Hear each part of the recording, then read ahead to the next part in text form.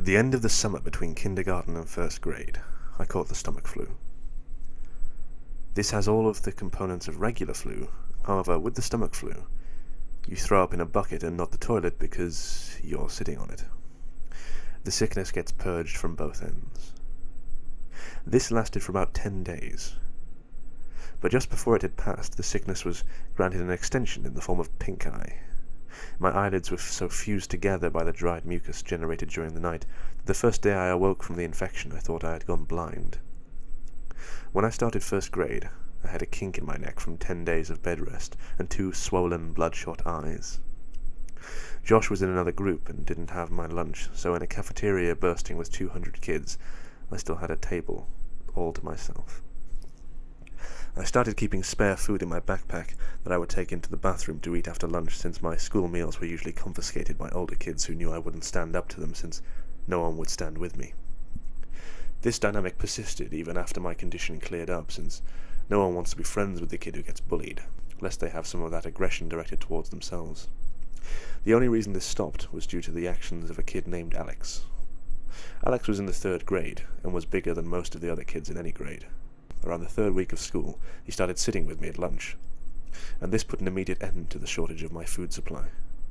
He was nice enough, but he seemed kind of slow. We never really talked at length, except for when I finally decided to ask why he had been sitting with me. He had a crush on Josh's sister, Veronica. Veronica was in the 4th grade and was probably the prettiest girl in the school. Even as a 6-year-old who fully endorsed the notion that girls were disgusting, I still knew how pretty Veronica was. When she was in the 3rd grade, Josh told me, 2 boys had actually gotten into a physical fight which erupted over an argument concerning the significance of messages she had written in their yearbooks. One of the boys eventually hit the other in the forehead with the corner of the yearbook, and the wound required stitches to close. While not one of those 2 boys, Alex wanted her to like him, and confessed that he knew Josh and I were best friends. I gathered that he had hoped that I would convey his ostensibly philanthropic deed to Veronica, and that she would presumably be so moved by his selflessness that she'd take an interest in him. If I told her, he would continue to sit with me for as long as I needed him to. Because this was during the time when Josh mostly stayed at my house building the raft and navigating the tributary with me, I didn't have the chance to bring it up to Veronica, because I simply didn't see her. I told Josh about it, and he made fun of Alex, but said that he would tell his sister since I wanted him to. I doubted that he would. Josh was annoyed that people seemed to be so taken with his sister. I remember him calling her an ugly cow. I never said anything to Josh, but I remember wanting to say, even then, that she was pretty and would one day be beautiful. I was right.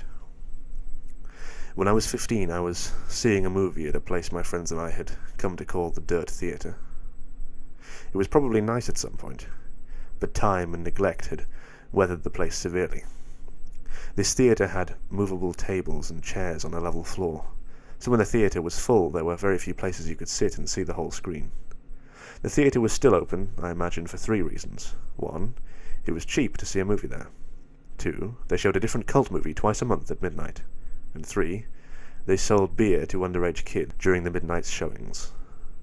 I went for the first 2, and that night they were showing Scanners by David Cronenberg for $1. My friends and I were sitting in the very back. I wanted to sit closer to the front for a better view, but Ryan had driven us, so I relented. A couple minutes before the movie started, a group of girls walked in. They were all pretty attractive, but whatever beauty they might have had was eclipsed by the girl with the dirty blonde hair. Even though I had only caught a glimpse of her profile. As she turned to move her seat, I caught a full view of her face, which gave me the feeling of butterflies in my stomach. It was Veronica. I hadn't seen her in a long time. Josh and I saw progressively less of one another after we snuck out of my old house that night when we were 10. And usually when I'd visit him, she'd be out with friends. While everyone stared at the screen, I stared at Veronica, only looking away when the feeling that I was being a creep overcame me. But that feeling would quickly subside and my eyes would return to her. She really was beautiful, just like I had thought she would be when I was a kid. When the credits started to roll, my friends got up and left. There was only one exit, and they didn't want to be trapped waiting for the crowd to clear. I lingered in hopes of catching Veronica's attention. As she and her friends walked by, I took a chance. "Hey, Veronica." She turned towards me, looking a little startled. Yeah? I got out of my seat and stepped a little into the light coming in through the open door. It's me, Josh's old friend from way back. How have you been? Oh my god, hey, it's been so long. She motioned to her friends that she'd be out in a second. Yeah, a few years at least. Not since the last time I stayed over with Josh. How is he anyway? Oh, that's right. I remember all you guys' games. Do you still play Ninja Turtles with your friends? She laughed a little and I blushed. No, I'm not a kid anymore. Me and my friends play X-Men now. I was really hoping she'd laugh. She did. You're cute. Do you come to these movies every time? I was still reeling from what she'd said. Does she really think I'm cute? Did she just mean I was funny? Did she think I'm attractive? I suddenly realized that she had asked me a question, and my mind grasped for what it was. Yeah! I said much too loudly. I try to. What about you? I come every now and then. My boyfriend didn't like these movies, but we just broke up, so I plan on coming from now on. I was trying to be casual, but failed. Oh, well, that's cool. No, not that you guys broke up. I meant that you'd be able to come more often. She laughed again. I tried to recover. So are you coming the week after next? They're supposed to show Day of the Dead. It's really cool. Yeah, I'll be here. She smiled, and I was about to suggest that maybe we could sit together when she quickly closed the space between us and hugged me.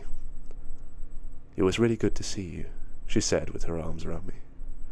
I was trying to think of what to say when I realized the biggest problem was that I had completely forgotten how to talk. Luckily, Ryan, who I could hear approaching from the hallway, came and spoke for me.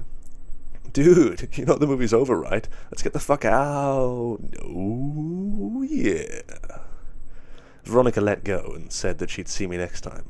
She was played out of the room by the porn music Ryan was making with his mouth. I was furious, but it dissipated as soon as I heard Veronica laughing in the lobby. Day of the Dead couldn't come soon enough. Ryan's family was going out of town, so he wouldn't be able to drive us, and the other friends I was with that night didn't have cars. A couple of days before the movie, I asked my mom if she could take me. She responded almost immediately by denying the request. But I persisted, and she picked up on the desperation in my voice. She asked why I wanted to go so badly since I had seen the movie before, and I hesitated before saying that I was actually hoping to see a girl there. She smiled and asked playfully if she knew the girl, and I reluctantly told her it was Veronica. The smile disappeared from her face, and she said coldly, "No." I decided that I would call Veronica to see if she could pick me up. I had no idea if she still lived at home, but it was worth a try. But then I realized that Josh might answer. I hadn't talked to him in almost 3 years, and if he answered, I obviously couldn't ask to talk to his sister. I felt guilty for calling to speak with Veronica and not Josh, but I dismissed that feeling quickly. Josh hadn't called me in years either. I picked up the phone and dialed the number that was still embedded in my muscle memory from having dialed it so often all those years ago. It rang several times before someone picked up. It wasn't Josh. I felt a mixture of both relief and disappointment. I realized in that second that I had really missed Josh. I would call after this weekend and talk to him. But this was my only chance to see if Veronica could or would take me, so I asked for her. The person told me I had dialed the wrong number. I repeated the number back to her, and she confirmed. She said they must have changed the number, and I agreed. I apologized for the disturbance and hung up. I was suddenly intensely sad, because now I couldn't contact Josh even if I wanted to. I felt terrible for having been afraid that he might answer the phone. He had been my very best friend. I realized that the only way I could be put back in touch with him would be through Veronica. So now, not that I needed one, I had another reason to see her. I told my mom the day before the movie that I was no longer concerned with going, but was hoping she could drop me off at my friend Chris's house. She relented and dropped me off that Saturday a couple of hours before the movie. My plan was to walk from his house to the theatre, since he only lived about half a mile away. They went to church early on Sunday, so his parents would go to sleep early Saturday night, and Chris was fine with not coming with me, since he had planned on chatting with his girl he met online. He said that the walk back to his house would be even lonelier after she laughed in my face when I tried to kiss her, and I told him not to electrocute himself when he tried to have sex with his computer. I left his house at 11:15. I tried to pace myself so I'd get there just a little before the movie. I was going by myself, and so I didn't want to just hang around there waiting. On the way to the theatre, I figured that if Veronica showed up at all, it would be too lucky for us to arrive at the same time, so I debated whether I should wait outside or just go in. Both had their pros and cons. As I was grappling with these concerns, I noticed that the steady stream of streaking car lights that had been overtaking me had been replaced by a single constant spotlight that refused to pass. The road wasn't illuminated by streetlights, so I was walking in the grass with the road about 2 feet to my left. I stepped a little more to my right and craned my neck over my left shoulder to see what was behind me. A car had stopped about 10 feet behind me. All I could see were the violently bright headlights that were cutting through the otherwise Stygian surroundings. I thought it might be one of Chris's parents. Maybe they had come to check in on us and seen that I was gone. It wouldn't have taken much pressing for Chris to confess. I took one step towards the car, and it broke its paws and started driving towards me at a slow pace. It passed me, and I saw that it wasn't Chris's parents' car, or any car that I recognized for that matter. I tried to see the driver, but it was too dark, and my pupils had shrunk when faced with the blinding lights from the car just moments before. They adjusted enough so that I could see a tremendous crack in the back window of the car as it drove away. I didn't think much of the whole affair. Some people find it fun to scare other people. I'd often hide around corners and jump out at my mom after all. I timed it right and got there about 10 minutes before the movie. I had decided to wait around outside until about 11:57, since that would give me time to find her inside if she was already seated. As I was considering the possibility that she might not show, I saw her. She was alone, and she was beautiful. I waved to her and walked to close the distance. She smiled and asked if my friends were already inside. I said that they weren't, and realized that this must seem like I was trying to make this a date. She didn't seem bothered by that, nor was she bothered when I handed her the ticket I had already bought. She looked at me quizzically, and I said, "Don't worry, I'm rich." She laughed, and we went inside. I bought us 1 popcorn and 2 drinks, and spent most of the movie debating whether or not I should time reaching my hand into the popcorn bag when she reached in so that we would touch. She seemed to enjoy the movie, and before I knew it, it was over. We didn't linger in the theatre, and because this was a midnight show, we couldn't loiter in the lobby, so we waited outside. The parking lot of the theatre was big because it connected with a mall that had gone out of business. Not wanting the night to be over just yet, I continued the conversation while casually walking towards the old mall. As we were about to round the corner and leave the theatre out of sight, I looked back and saw that her car wasn't the only one left in the parking lot. The other one had a large crack in the back window. My immediate uneasiness turned to understanding. That makes a lot of sense. The driver of the car works here, and must have figured out I was on my way to the movie. Injecting real horror into the lives of a horror fan seemed like an obvious move.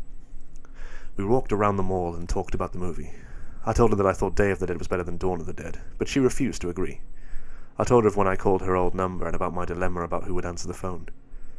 She didn't find it funny as I now did, but she took my phone and put her number in. She commented that it might be the worst cell phone she'd ever seen. Her evaluation wasn't rescinded when I told her I couldn't even receive pictures on it. I called her so she'd have my number, and she programmed it in. She told me that she was graduating, but she hadn't done well in school that year, so she wasn't sure if she'd even get into college. I told her to attach a picture of herself to the application, and they'd pay her to go there just so they could look at her. She didn't laugh at that one, and I thought she might be offended. She might have thought I was implying that she couldn't get in based on her intelligence. I nervously glanced at her, and she was smiling, and even in this poor light I could see that she was blushing. I wanted to hold her hand, but I didn't. As we walked down the final side of the mall back to the theatre, I asked her about Josh. She told me that she didn't want to talk about it. I asked her if he was at least doing all right, and she just said, "I don't know." I figured Josh must have taken a wrong turn somewhere and started getting into trouble. I felt bad. I felt guilty. As we approached the parking lot, I noticed that the car with the cracked window was gone and that her car was now the only one in the parking lot. She asked me if I needed a ride, and even though I really didn't, I said that I'd appreciate it. I had drunk my whole soda during the movie, and all the walking was putting pressure on my bladder. I knew that I could wait until I was back at Chris's, but I had decided that I was going to try and kiss her when she dropped me off, I didn't want this biological nagging to rush me out of the car. This would be my first kiss. I could think of no ruse to conceal what I needed to do. The theatre had long closed, so I only had one option. I told her that I was going behind the theatre to piss and that I'd be back in 2 shakes. It was obvious that I thought this was hilarious, and she seemed to laugh more at how funny I found it than how funny it clearly was. On the way towards the theatre, I stopped and turned towards her. I asked her if Josh had ever told her that a kid named Alex had done something nice for me. She paused to think for a moment, and said that he had. She'd inquired as to why I'd asked, but I said it was nothing. Josh really was a good friend. When I went to go behind the theatre, I realized that there was a chain-link fence extending off and running parallel to the walls of the building. Where I stood, she could still see me, and the fence seemed to stretch on endlessly, so I thought I'd just hop it, duck out of sight, and then return as quickly as I could. It may have been too much of an effort, but I thought it polite. I climbed the fence and walked just a little ways until I was out of sight and urinated. For a moment the only sounds were the crickets in the grass behind me and the collision of liquid and cement. These sounds were overpowered by a noise that I can still hear when it's quiet, and there are no other sounds to distract my ears. In the distance, I heard a faint screeching, which quickly subsided, only to be replaced by a cascade of thundering vibrations. I realized quickly enough what it was. It was a car. The growling of the engine got louder, and then I thought, no, not louder, closer. As soon as I realized this, I started back towards the fence, but before I could get very far at all, I hear a brief, truncated scream, and the roar of the engine terminated in a deafening thud. I started running, but after only 2 or 3 steps, I was tripped by a loose piece of stone and fell hard and fast onto the concrete, my head striking the corner of a chair as I fell. I was dazed for maybe 30 seconds, but the renewed rumbling of the engine drew my senses back, and my equilibrium was restored by adrenaline. I redoubled my efforts. I was worried that whoever had crashed the car might harass Veronica. As I was climbing over the fence, I saw that there was only one car left in the parking lot. I didn't see any evidence of a crash. I thought that I might have misjudged its direction or proximity. As I ran towards Veronica's car and my orientation changed, I saw what the car had hit. My legs stopped working almost completely. It was Veronica. A car was sitting between us, and as I closed the distance and walked around it, she came fully into view. Her body was twisted and crumpled, like a discarded figure meant to represent a catalogue of things the human body cannot do. I could see the bone of her right shin cutting through her jeans, and her left arm was wrapped so hard around the back of her neck that her hand fell on her right breast. Her head was craned back, and her mouth hung wildly open toward the sky. There was so much blood. As I looked at her, I actually found it hard to discern whether she was laying on her back or her stomach, and this optical illusion made me feel sick. When you are confronted with something in the world that simply doesn't belong, your mind tries to convince itself that it is dreaming, and to that end it provides you with a distinct sense of all things moving slowly as if through sap. In that moment I honestly felt like I would wake up at any minute. But I didn't wake up. I fumbled with my phone to call for help, but I had no signal. I could see Veronica's phone sticking out of what I thought was her front right pocket. I had no choice. Trembling, I reached for her phone, and as I slid it out, she moved and grasped for air so violently that it seemed as if she were trying to breathe in the whole world. This startled me so much that I staggered back and fell onto the asphalt with her phone in my hand. She was trying to adjust her body to get into its natural position, but with every spasm and jerk I could hear the cracking and grinding of her bones. Without thinking, I scrambled over to her and put my face over hers and just said, "Veronica, don't move, okay? Just stay still. Don't move, Veronica, just please, don't move." I kept saying it, but the words started to fall apart as tears came streaming down my face. I opened her phone. It still worked.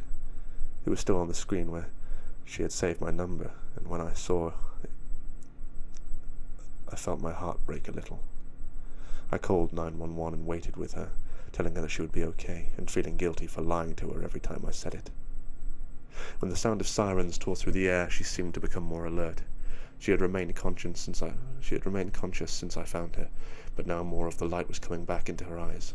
Her brain was still protecting her from the pain, though it looked as if it was finally allowing her to become aware that something was terribly wrong with her. Her eyes rolled over to mine and her lips moved. She was struggling, but I heard her. Picture. My picture. He took it. I didn't understand what she meant, so I said the only thing I could. I'm so sorry, Veronica. I rode with her in the ambulance where she finally lost consciousness. I waited in the room that they had reserved for her. I still had her phone, so I put it with her purse and called my mom from the hospital phone. It was about 4 a.m. I told her that I was fine, but that Veronica was not. She cursed at me and said she'd be right there, but I told her I wasn't leaving until Veronica was out of surgery. She said she'd come anyway. My mom and I didn't speak that much. I told her I was sorry for lying, and she said that we'd talk about that later. And I think that had we talked more in that room, if I had just told her about boxes or the night with the raft, if she had just told me more of what she knew, I think that things would have changed. But we sat there in silence. She told me that she loved me and that I could call her whenever I wanted to come home, whenever I wanted her to come get me. As my mom was leaving, Veronica's parents rushed in. Her dad and my mom exchanged a few words that appeared to be quite serious while Veronica's mother talked to a person at the desk. Her mother was a nurse, but didn't work at this hospital. I'm sure that she had tried to get Veronica transferred, but her condition was prohibitive. While we waited, the police came in and talked to each of us. I told them what had happened. They made some notes, and then they left. She came out of the surgery, and 90% of her body was covered in thick, white cast. Her right arm was free, but the rest of her was bound like a cocoon. She was still under, but I remembered how I felt when I had my cast before kindergarten. I asked a nurse for a marker, but I couldn't think of anything to write. I slept in a chair in the corner and went home the next day. I came back every afternoon for several days. At some point they had moved another patient into her room and set up a screen around Veronica's bed to act as a partition. She didn't seem to be feeling better, but she made more moments of lucidity. But even during these periods we wouldn't really talk. Her jaw had been broken by the car, so the doctors had wired it shut. I sat with her for a while, but there was nothing much I could say. I got up and walked over to her. I kissed her on the forehead, and she whispered through her clenched teeth, "Josh." This surprised me a little, but I looked at her and said, "Has he not come to see you?" "No." I found myself feeling irritated. Even if Josh had been getting into trouble, he should still come see his sister, I thought. I was about to express this when she said, "No, Josh, he ran away. I should have told you." I felt my blood turn to ice. When did this happen?" "When he was 13. Did he leave a note or something?" "On his pillow." She started crying and I followed her. But I think now we were crying for different reasons, even if I didn't realize it. At this point there were a lot of things I still didn't remember about my childhood, and there were a lot of connections I hadn't yet made. I told her I had to go, but that she could text me any time. I got a text from her the next day telling me not to come back. I asked why, and she said she didn't want me to see her like that again. I agreed begrudgingly.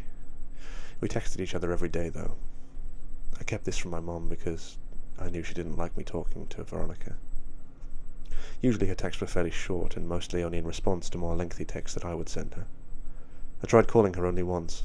I was sure she was screening her calls, but hoped I could hear her voice. She picked up but didn't say anything. I could hear how laboured her breathing was. About a week after she told me not to come see her anymore, she sent me a text that simply read, "I love you." I was filled with so many different emotions, but I responded by expressing the most prevalent one. I replied, "I love you too." She said that she wanted to be with me, and that she couldn't wait until she could see me again. She told me that she had been released and was convalescing at her house. These exchanges carried on for several weeks, but every time I'd ask to come see her, she would say, "Soon." I kept insisting, and the following week she said that she thought she might be able to make it to the next midnight movie. I couldn't believe it, but she insisted that she would try. I got a text from her the afternoon of the movie saying, "See you tonight." I got Ryan to drive me since Chris's parents had found out what had happened and said I wasn't welcome at their house anymore. I explained to Ryan that she might be in bad shape, but that I really cared about her, so to give her some space. He accepted that, and we headed out on there. Veronica didn't show. I had saved a seat for her, right next to me near the exit so that we could get in and out easily. But 10 minutes into the movie, a man slid into the chair. I whispered, "Excuse me, this seat is taken." But he didn't respond at all. He just stared ahead at the screen. I remember wanting to move because there was something wrong with the way he was breathing. I forfeited because I realized that she wasn't coming. I texted her the next day asking if she was all right, and I inquired as to why she didn't show the previous night. She responded with what would turn out to be the last message I received from her. She simply said, "See you again soon." She was delirious, and I was worried about her. I sent her several replies reminding her about the movie and saying that it was no big deal, but she just stopped replying. I grew increasingly upset over the next several days. I couldn't reach her at home because I didn't know that number, and I wasn't even sure where they lived. My mood became increasingly depressed, and my mother, who had been really nice as of late, asked me if I was okay. I told her that I hadn't heard from Veronica in days, and I felt all the warmth leave her disposition. "What do you mean?" "She was supposed to meet me at the movies yesterday. I know it's only been like 3 weeks since she got hit, but she said she would try and come, and after that she stopped talking to me altogether. She must hate me." She looked confused, and I could read on her face that she was trying to tell if my mind had simply broken. When she saw that it hadn't, her eyes began to water, and she pulled me towards her, embracing me. She was beginning to sob, but it seemed too intense a reaction to my problem, and I had no reason to think that she particularly cared for Veronica. She drew in a stuttering breath, and then said something that still makes me nauseous even now. She said, "Veronica's dead, sweetheart. Oh, God, I thought you knew. She died on the last day you visited her. Oh, baby, she died weeks ago." She had completely broken down, but I knew it wasn't because of Veronica. I broke the embrace and staggered backwards. My mind was swimming. This wasn't possible. I had just exchanged messages with her yesterday. I could only think to ask one question, and it was probably the most trivial I could ask. Then why was her phone still on? She continued sobbing. She didn't answer. I exploded. Why did it take them so long to shut off her fucking phone? Her crying broke enough to mutter, "The pictures." I would come to find out that her parents thought that her phone had been lost in the accident, despite the fact that I had put it in her purse the night that she was brought to the hospital. When they retrieved her belongings, the phone was not among them. They intended to contact the phone company at the end of the billing cycle to deactivate the line, but they received a call informing them of a massive impending charge for hundreds of pictures that had been sent from her phone. Pictures. Pictures that were all sent to my phone. Pictures that I never got because my phone couldn't receive them. They learned that they were all sent after the night she died. They deactivated the phone immediately. I tried not to think about the contents of those pictures, but I remember wondering for any reason whether I would be in any of them. My mouth went dry, and I felt the painful sting of despair as I thought of the last message I received from her phone. See you again soon.